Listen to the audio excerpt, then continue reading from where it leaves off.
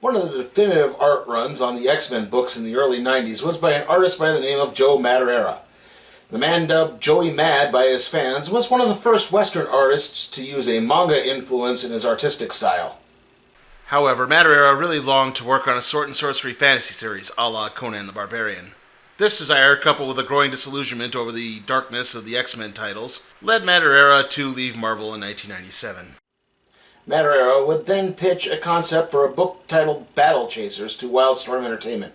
However, when Wildstorm was sold to DC Comics, the title Battle Chasers moved to Image Comics instead. And today, we're looking at a collection of the first 10 issues of Battle Chasers. So this is the Battle Chasers collection. A young girl named Gully sits alone in the study of her father, Aramis, champion of the United Territories. The problem is, Aramis has been missing for some months now. He's presumed dead. It's then that the house receives a visitor as Gully's nanny goes to answer the door. Outside stands a group of trackers hired by the local government to locate Aramis. Gully rushes to the door believing that the group has located her father, but she's grabbed by a member of the real Royal Guard. The Royal Guard begin to surround the imposters, who immediately reveal their true nature as human-wolf hybrids. No, they're not werewolves. Werewolves are human beings that transform into full wolves, not human-wolf hybrids. The hybrids begin slicing their way through the guards. Gully's nanny rushes towards her charge carrying a special box. She tosses the box to Gully just before one of the hybrids pounces on her. Gully runs off into the night. Gully's young legs are not enough to evade her monstrous pursuers. They want the box she's carrying. She briefly tries to hide out in an abandoned village, but the hybrids are able to track her, and she winds up stabbing one of the hybrids with a broken timber and running off again. It's then that Gully bumps into a large metallic man, who comes into possession of the box. The metal man then opens fire on the hybrids, and he's able to fend off any attacks until the last remaining hybrid scurries away. The metal man is named Calibretto, and he is a war golem, a machine used to fight mystical enemies in a war that took place before the Battle Chasers comic began. Elsewhere, a curvaceous bandit named Red Monica enters a tavern looking for one man, a former soldier named Garrison. She has an offer for him: aid her in freeing a terrorist named Rayon del Soya from the flying prison fortress known as the Skyhold. Garrison just laughs and Monica storms off. Meanwhile, Calibretto has taken Gully back to his home, which she shares with a wizard named Nolan. Gully has explained what happened to her at her home, and that she needs help opening the box to figure out what's so special about it. Nolan casts a spell to open the box and reveal its contents: the champion gauntlets of power that belong to Aramis. The next morning, two soldiers named Clavius and Jaren ride to the residence of a former soldier. It's Garrison. Clavius informs Garrison of the attack on Aramis's home and the disappearance of Gully. Garrison begins to get angry, but holds it in long enough to turn Clavius and Jaren down. As the two guardsmen ride away, Clavius explains to Jaren that Garrison swore off violence after the death of his wife. Garrison was also an apprentice to Aramis. However, the two had a falling out, and the reason for that fallout has never been revealed. Meanwhile, at Nolan's, the wizard heads off to market, leaving Calibretto with Gully. The golem has one main instruction: do not allow Gully to don the gauntlets. Golem then flies off on the Nimbus from Dragon Ball? Huh. I guess that's where Goku Black came from.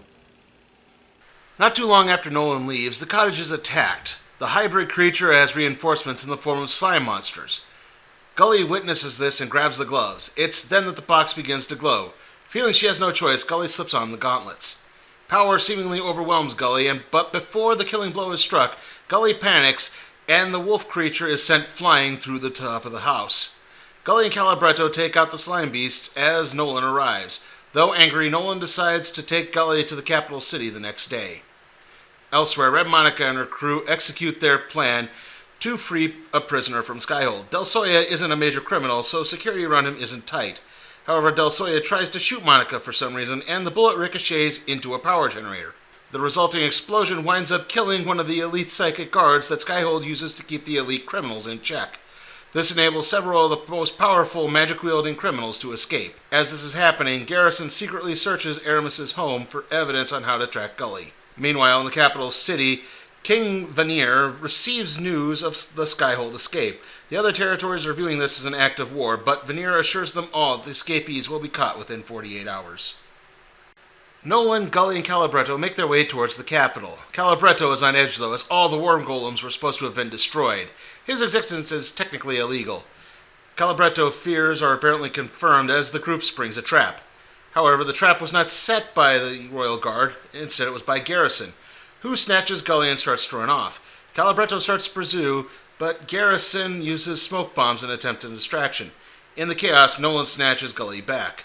Meanwhile, the assault on the capital city has begun, with a group of guards being lured off by a pretty girl housing the soul of a demon named Bulgrim.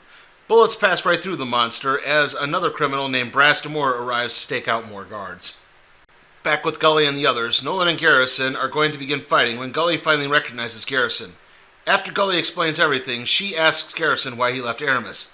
He doesn't have an answer, so Gully runs off. Nolan and Calibretto tell Garrison to ease back and head onwards towards the capital. Garrison slinks off to his wife's grave. He's afraid of what would happen if he ever took up his sword and returned to his violent life. It's then that he's approached by his former commanding officer, Maestro. Maestro implores Garrison to aid with the escaping criminals. Maestro states that it's possible to move on with life, and Maestro returns Garrison's sword before leaving.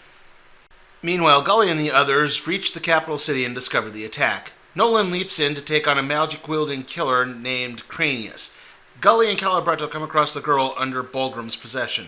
The commotion brings Clavius and his men. They try to take Gully to safety and open fire on Calibretto and Bulgrim. Gully wriggles free and puts on her father's gauntlets. She tosses aside the royal guards and prepares to face Bulgrim. Meanwhile, Cranius has performed a spell that freezes Nolan's heart. The villain prepares to crack open Nolan's head, which isn't actually Nolan's head, it's really a clay double.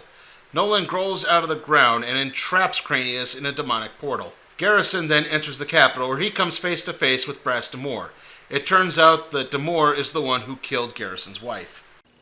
The markings on Brass Demore's body act like a mystical body armor, so Garrison's sword can't really hurt it. This is why Garrison opts to go hand-to-hand instead. The change in tactics doesn't really work, and Demore begins wrenching Garrison's arm out of the socket. Garrison merely pops it back in and begins using a chain. He tosses Demore around and then pulls out the sword. Garrison then begins channeling energy through the blade, which cuts right through Demore. Back with Gully, she squares off against Bulgrim. She notices that the demon is connected to the bracelet on the wrist of his possessee. Calibretto takes aim at the bracelet and shoots it. The demon vanishes as Nolan and Garrison arrive. The group then gets the approval of King Veneer. The group spends the night at the royal palace, except Calibretto, who's getting fixed up in the manufacturing dwarvish place. That night, Nolan begins receiving visions of a threat from the past named August. August has escaped and is beginning to take revenge on his imprisoners. August has already killed 2 of the group and already marked another for death. August isn't the only villain to worry about, as another villain has arrived in the capital city. His name is Sebastius, and he's the one after Aramis's gauntlet. He brings with him a small group and a new, more powerful weapon that can surely bring him what he wants. Meanwhile, Red Monica prepares to drop off her stolen goods, aka Del Soya, with the one who hired her, though he doesn't intend to actually pay for the deal. The follow-up with Skyhold alerted the others to his presence, and now August is not very happy. Monica strikes out with a dagger, a sacred dagger that she stole years earlier. Somehow, someway, the possession of this dagger protected her from the fire from the people she was stealing it from, believing it to be a good luck charm, except that luck didn't really extend to selling the dagger, as it was only sacred to the people she stole it from. So she sold it back to them, only to wind up stealing it another time. This was during a time when the young Monica was afraid of her oncoming adolescence, fearing the sudden gaining of curves might interfere with her work as a thief. Obviously, she would wind up getting over that, and go on to develop a very flirtatious relationship with Garrison, constantly trying to get him to abandon his dream of joining the Royal Guard. A lot of this is dealt with in a backup story at the end of this series, so the reason why I'm mentioning it now is because while it is entertaining, it doesn't really add anything to the overall narrative. Meanwhile, Gully tries to check in on Nolan, only to find the wizard's bed empty. Gully goes to Garrison's room to find the soldier sitting in the middle of a mess and trying to conceal his anger. Before the two can begin looking for Nolan, Garrison is called to King Veneer's chambers. Veneer wants Garrison to apprehend Red Monica. He knows that she's behind the whole Skyhold escape. When Garrison initially refuses, Veneer threatens to use his martial paladins to find Monica, and they will probably kill her. As this is happening, two guards on the outskirts of the capital are devoured by a creature posing as a beggar. The creature makes its way towards the dwarf manufacturing facility where Gully and Calibretto are. The creature absorbs the dwarves and begins calling for one thing, the gloves of Aramis. It's then that Clavius, Garrison, and the rest of the Royal Guard arrive. Once more, the weapons prove ineffective and the creature enters the cemetery. However, Garrison knows what this creature is and why it should not be in the cemetery. The creature is called the Borrower, and it's a puppeted beast that can temporarily access the bodies of the dead to use for its own powerful purposes. Garrison implores Clavius to call in the paladins. Clavius ignores this request and sends his men in. They are killed almost instantly. Garrison is forced to charge in as King Veneer looks on from afar. Garrison tosses some explosive into the monster's mouth. As the monster's body explodes, Garrison sees a small blue orb exit the creature. The orb begins to reassemble the Borrower. There's only one thing to do, locate the monster's puppet master. However, the search is interrupted by Gully leaping into the Borrower's mouth. Clavius then stabs Garrison in the back. This isn't the real Clavius. That one gets shot by an arrow trying to warn Garrison of the duplicitous nature of what's happening. The fake Clavius is actually Sebastius in disguise. Meanwhile, Gully makes her way to the orb inside the Borrower. She crushes it with her father's gauntlets, and the Borrower crumbles to dust as Gully falls to the ground unconscious. Sebastian picks up the girl and demands what is truly his, for he is the son of Aramis. Despite Garrison's pleas, Gully gives the gloves to Sebastius, and within seconds of putting the gloves on, Sebastius has his arms get ripped off and he collapses. Sebastius is taken to jail where he tells his story. Aramis loved Sebastius' mother. However, soon after Sebastius was born, Aramis left to fight again, and the couple never married. Sebastius grew up idolizing Aramis, just wanting to be like him. However, the boy wasn't strong enough to truly fight. One day, Sebastius managed to follow Aramis and discovered the existence of Gully and her mother. Heartbroken, Sebastius returned home. That night, Sebastius woke up to the sound of his mother's screams. He found a group of bandits killing her and setting fire to their cottage. He then saw the group's leader, Aramis. Aramis then took Sebastius and sold him into slavery. Gully doesn't believe Sebastius, but he points out that Aramis has pretty much ditched her too, and Gully runs off. Meanwhile, King Veneer orders the gauntlets to be placed under glass and calls for Garrison. It's been discovered that Garrison has actually left the town, so Veneer orders the paladins to go after Red Monica. Garrison now has gone back to his cottage, where he's greeted by a member of Monica's crew. This one is a telepath who relays the recent events to Garrison. Finally, he reveals a mortally wounded Monica inside. Meanwhile, Calibretto tries to comfort Gully over the recent revelations of Aramis. It's then that Nolan returns. The wizard was visiting his cottage, which had been taken over by a monster. That explains his disappearance. And that ends this collection of Battle Chasers, on a cliffhanger in issue 9. And yes, I know I said this was 10 issues earlier, a bit of an explanation. This collection has issues 0 through 9 and 2 mini-comics along the way. Anyway, as Madureira was publishing the series, he got a job in the video game industry working for a division of NC Soft Entertainment. And the fact of the matter is, the video game industry pays way better than comics ever will. So you can understand that that took a bit more precedent over writing this story.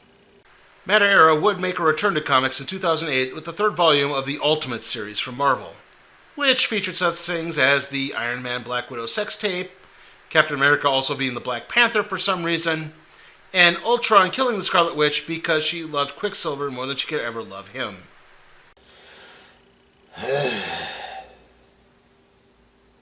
And yes, I am aware that Madureira has announced a new Battle Chaser series that would tie in with a video game project called Night War. But as of this recording, those have not been released. Anyways, how is Battle Chasers? Well, there are a lot of pluses to this. I think it's a really good, rollicking fantasy adventure. The characters are easy to understand. There's not a lot of funny dialogue and lingo that I sometimes run into whenever I try to read a fantasy comic. And the artwork throughout most of it is really darn good. That being said, the fact that the story is incomplete is a big letdown. Again, this ends on a cliffhanger, and yeah, we're still waiting for any type of resolution. That might not even come at all. Also, I do have to feel that the backup stories, while entertaining, don't really add anything to the overall narrative. They're just kind of awkwardly placed. I think it would work a little bit better if, say, they were worked into the story at to add a bit more flow. For example, the whole Red Monarch garrison thing that happens at the end of the comic probably should have taken place a little bit earlier, or maybe even been its own separate comic. I think that would have worked a lot better.